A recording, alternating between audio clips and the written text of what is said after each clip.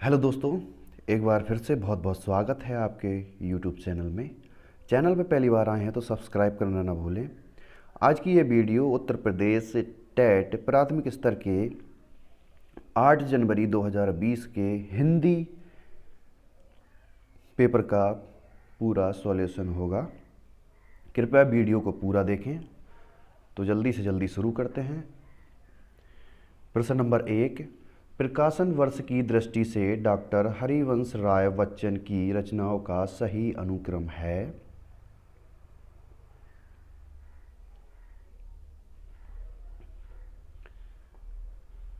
सही उत्तर होगा option number 2, मधुशाला, मधुबाला, मधुकलश और निशा निमंत्रण।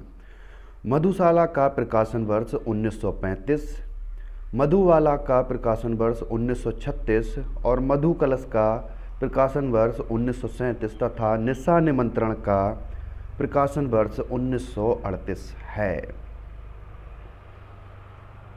ये प्रकाशन क्रम से 1935 से 1938 तक लगातार हरिवंश राय बच्चन द्वारा किए गए। अगला प्रश्न, प्रश्न नंबर 2, सुमेल कीजिए।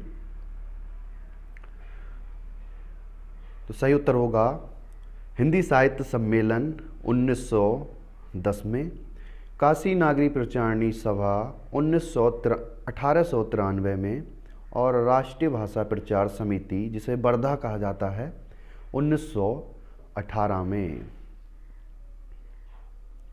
अगला प्रश्न, प्रश्न नंबर 3, तुलसीदास के रचनाकार हैं।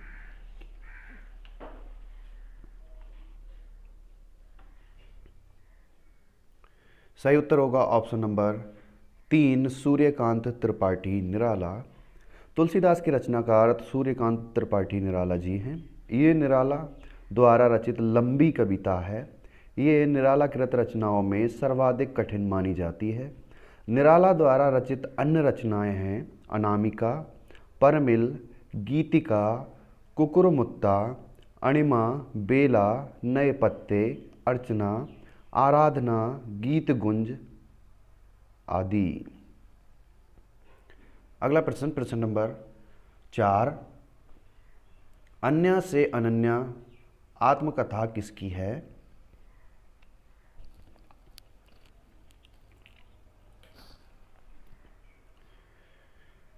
सही उत्तर होगा ऑप्शन नंबर 2, प्रभा खेतान। अन्य से अनन्या आत्मकथा प्रभा खेतान की है। ये आत्मकथा जीवन के अनछुए पहलुओं को बेबाकी के साथ प्रकट करती है। इसका प्रकाशन वर्ष 2007 है। अगला प्रश्न, प्रश्न नंबर 5, प्रभु जी तुम चंदन हम पानी किसका वाक्य है।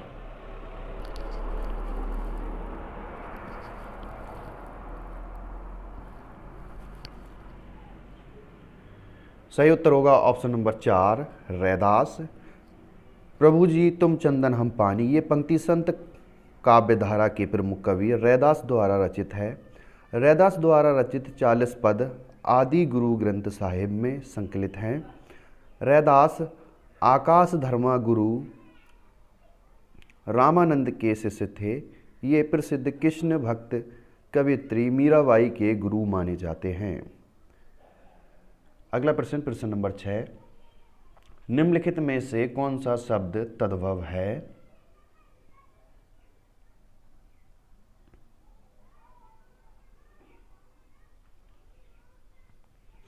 सही उत्तर होगा ऑप्शन नंबर 2, खेत।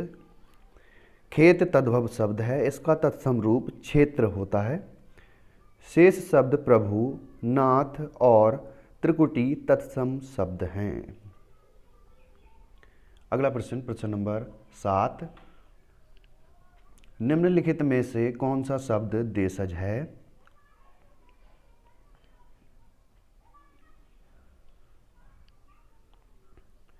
इसका सही उत्तर होगा ऑप्शन नंबर 1, धड़ाम।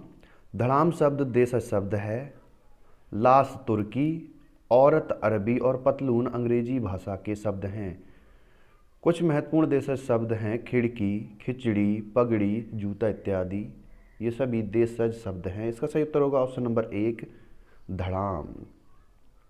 अगला प्रश्न, प्रश्न नंबर 8, छछूंदर के सिर पर चमेली का तेल का अर्थ है।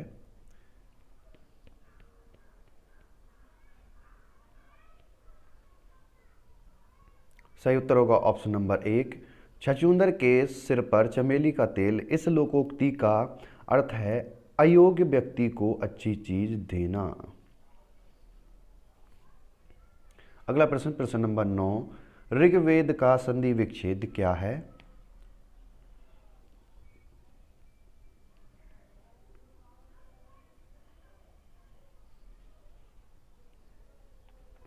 सही उत्तर होगा ऑप्शन नंबर 2, ऋक धन वेद। ये व्यंजन संधि का उदाहरण है। अगला प्रश्न, प्रश्न नंबर 10, आप बीती शब्द में समास है।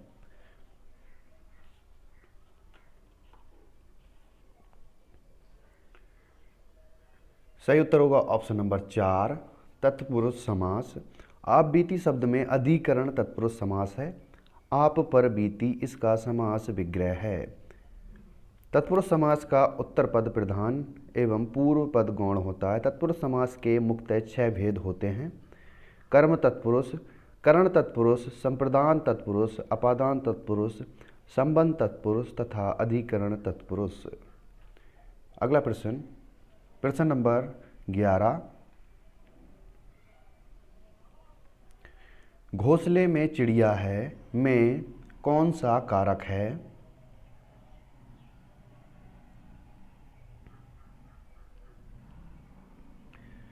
सही उत्तर होगा ऑप्शन नंबर 4, अधिकरण कारक।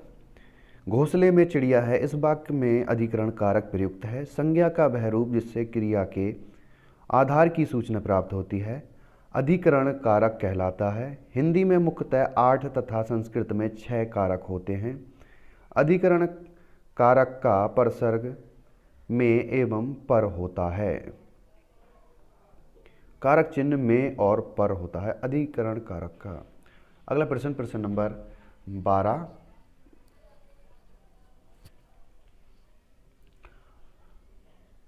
इस प्रश्न पत्र में 2 प्रश्न 42 एवं 43 दोनों प्रश्न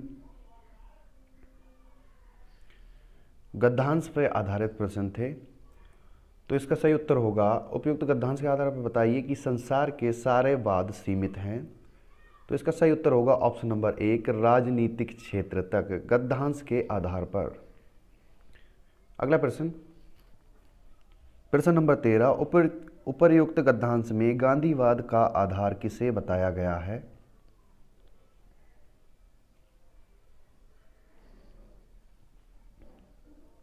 इसका सही उत्तर होगा ऑप्शन नंबर 1, राजनीतिक और आध्यात्मिक तत्व को। अगला प्रश्न, प्रश्न नंबर 14, कनुप्रिया के रचनाकार कौन हैं?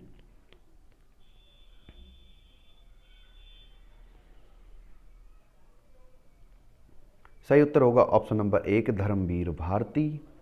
कनुप्रिया के रचनाकार धर्मवीर भारती हैं। ये काव्य विधा की रचना है। धर्मवीर भारती की अन्य काव्य रचनाएं हैं ठंडा लोहा, अंधा युग, 7 गीत वर्ष, देशांतर। और शेष दिए गए साहित्यकारों की काव्य कृतियाँ निम्नलिखित हैं। रांगे राघव की काव्य कृतियाँ हैं अजय खंडर, मेधावी, पांचाली, पिघलते पत्थर, राह के दीपक। भगवती चरण वर्मा की रचनाएं हैं मधुकण, प्रेम संगीत, मानव, एक दिन। और नागार्जुन की रचनाएं हैं युगधारा, सतरंगे पंखों वाली, प्यासी पथराई आँखें, भस्मांकुर, तालाब की मछलियाँ आदि। अगला प्रश्न, प्रश्न नंबर 15, प्लुत स्वर कौन सा है?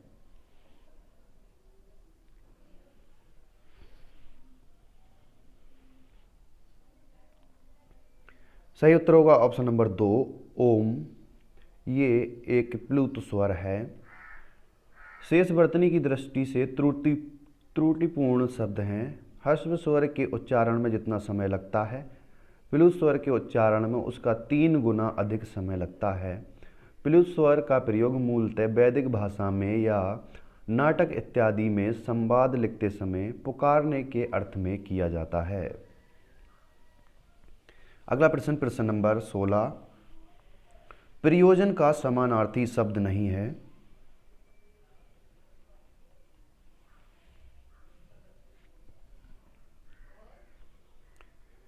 सही उत्तर होगा ऑप्शन नंबर 3, नियोजन। नियोजन शब्द प्रयोजन का समानार्थी नहीं है। नियोजन का अर्थ नियुक्त करना होता है। हेतु, उद्देश्य एवं लक्ष्य प्रयोजन के समानार्थी शब्द हैं। अगला प्रश्न, प्रश्न नंबर 17, ऋजु का विलोम शब्द है।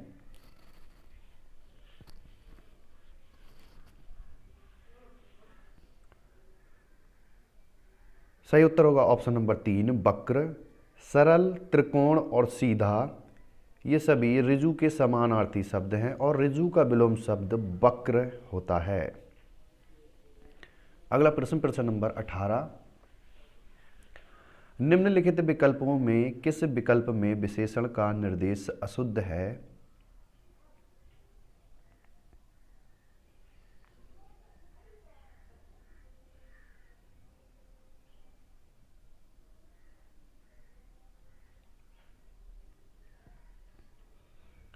सही उत्तर होगा ऑप्शन नंबर 3, वह नौकर कोई विशेषण नहीं। विशेषण का अशुद्ध निर्देश है।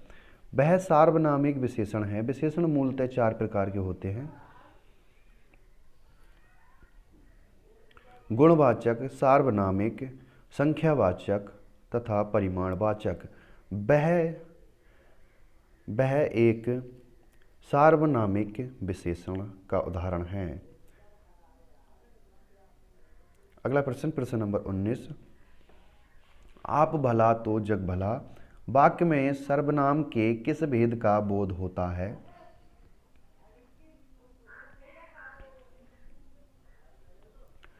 सही उत्तर होगा ऑप्शन नंबर 1, निजवाचक सर्वनाम। आप भला तो जग भला वाक्य में निजवाचक सर्वनाम के भेद का बोध होता है।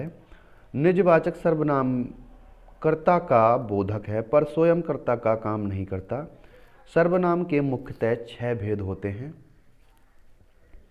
पुरुषवाचक, निजवाचक, निश्चयवाचक, अनिश्चयवाचक, प्रश्नवाचक तथा संबंधवाचक। अगला प्रश्न, प्रश्न नंबर 19, प्रश्न नंबर 20, निम्नलिखित में से कौन सा शब्द पुल्लिंग शब्द है।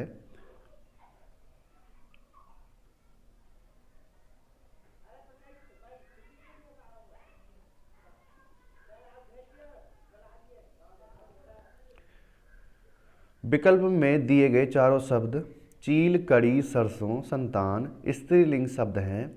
प्रश्न त्रुटिपूर्ण प्रतीत होता है परंतु आयोग ने इसका उत्तर विकल्प नंबर 4 या डी संतान को माना है। तो इसका सही उत्तर आयोग के अनुसार होगा ऑप्शन नंबर 4, संतान। अगला प्रश्न, प्रश्न 51 तथा 52 अर्थात 21 तथा 22 दोनों पद्यांश पर आधारित प्रश्न हैं।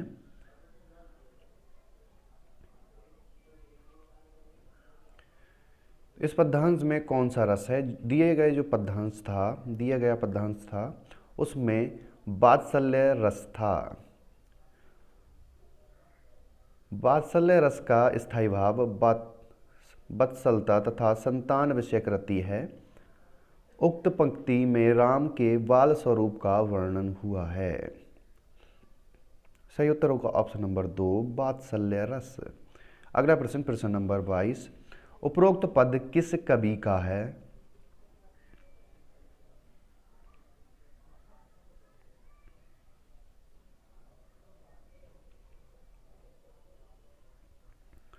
सही उत्तर होगा ऑप्शन नंबर 3, प्रश्न पत्र में जो पद दिया गया था वो गोस्वामी तुलसीदास का पद था। उपरोक्त पद गोस्वामी तुलसीदास द्वारा रचित है जो कवितावली के बालकांड से लिया गया है। तो इसका सही उत्तर होगा ऑप्शन नंबर 3, तुलसीदास। अगला प्रश्न, प्रश्न नंबर 23, उच्चारण स्थान की दृष्टि से कौन सा विकल्प शुद्ध है।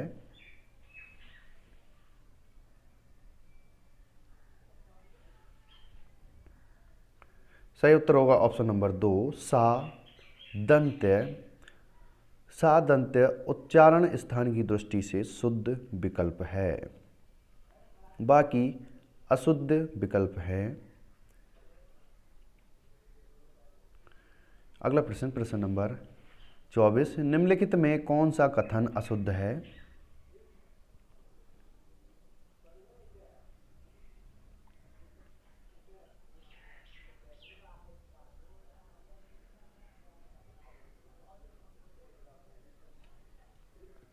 सही उत्तर होगा ऑप्शन नंबर 1, 2 महाप्राण व्यंजनों का उच्चारण एक साथ हो सकता है, ये कथन अशुद्ध है। अन्य कथन शुद्ध हैं जिनका विवरण इस प्रकार है। ज्ञा और ज्ञा जा और वहाँ के योग से मिलकर बना है, परंतु इसका उच्चारण इन दोनों से भिन्न होता है। छ एक संयुक्त व्यंजन है।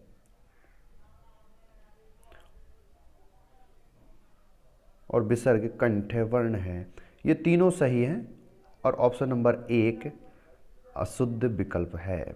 अगला प्रश्न, प्रश्न नंबर 15, मेरे लड़के ने मेरी आज्ञा का पालन नहीं किया, वाक्य में लड़के के विषय में कौन सा विकल्प अशुद्ध है?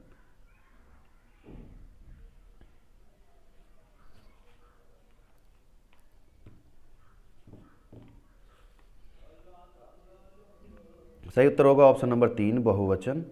मेरे लड़के ने मेरी आज्ञा का पालन नहीं किया, वाक्य में लड़के शब्द कर्ता पुल्लिंग एक वचन में प्रयुक्त होता है। जो ये लड़के शब्द है ये एक वचन में प्रयुक्त होता है, अतः बहुवचन इस संबंध में अशुद्ध कथन है। तो इसका सही उत्तर होगा ऑप्शन नंबर 3 बहुवचन। अगला प्रश्न, प्रश्न नंबर 26, राम आम खाता है में वाच्य का कौन सा रूप है?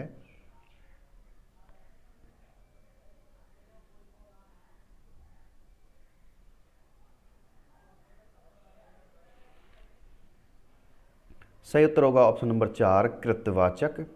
राम आम खाता है में कृत्यवाच्य है। वाक्य में जब कर्ता की प्रधानता हो अर्थात क्रिया का लिंग वचन कर्ता के अनुसार हो तो उसे कृत्यवाचक कहते हैं।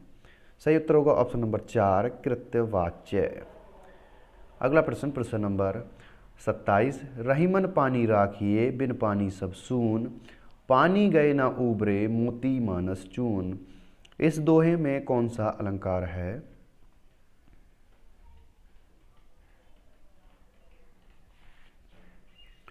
सही उत्तर होगा ऑप्शन नंबर 4 श्लेष अलंकार। यहाँ पानी शब्द के 3 अर्थ हैं। मोती के लिए चमक, मनुष्य के लिए सम्मान तथा चूने के लिए जल। श्लेष अलंकार में एक शब्द के एक से अधिक अर्थ होते हैं। तो इसका सही उत्तर होगा ऑप्शन नंबर 4 श्लेष अलंकार। अगला प्रश्न, प्रश्न नंबर 28, निम्नलिखित में कौन सा शब्द शुद्ध है?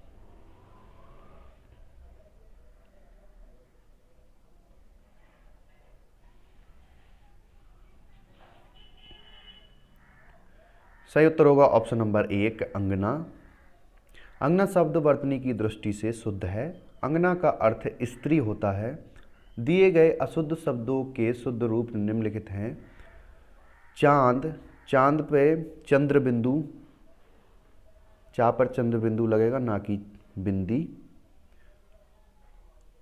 आंख पर भी चंद्र बिंदु का प्रयोग होगा और यहाँ बिंदी का प्रयोग होगा।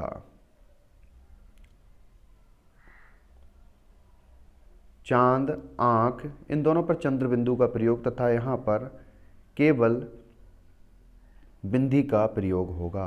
तो ऑप्शन नंबर 1 शुद्ध शब्द है। अगला प्रश्न, प्रश्न नंबर 29, निम्न में से किस शब्द की वर्तनी सही है?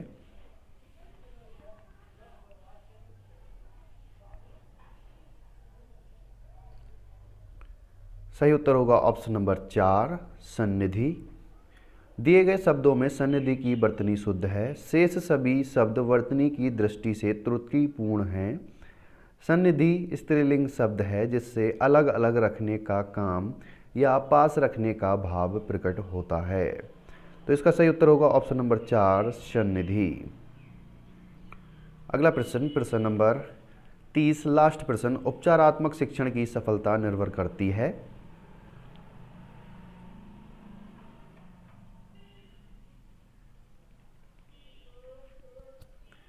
सही उत्तर होगा ऑप्शन नंबर 3, समस्याओं के कारणों की सही पहचान पर। उपचारात्मक शिक्षण की सफलता समस्याओं के कारणों की सही पहचान पर निर्भर करती है। समस्याओं की पहचान को निदान भी कहते हैं। उपचारात्मक शिक्षण में कारणों की पहचान करके, निदान करके उनके समाधान द्वारा शिक्षण किया जाता है। पहले समस्या को पहचाना जाता है, निदान किया जाता है, उसके बाद उपचारात्मक कार्य किया जाता है। तो इसका सही उत्तर होगा ऑप्शन नंबर 3, समस्याओं के कारणों की सही पहचान पर। Thanks for watching and subscribe my channel.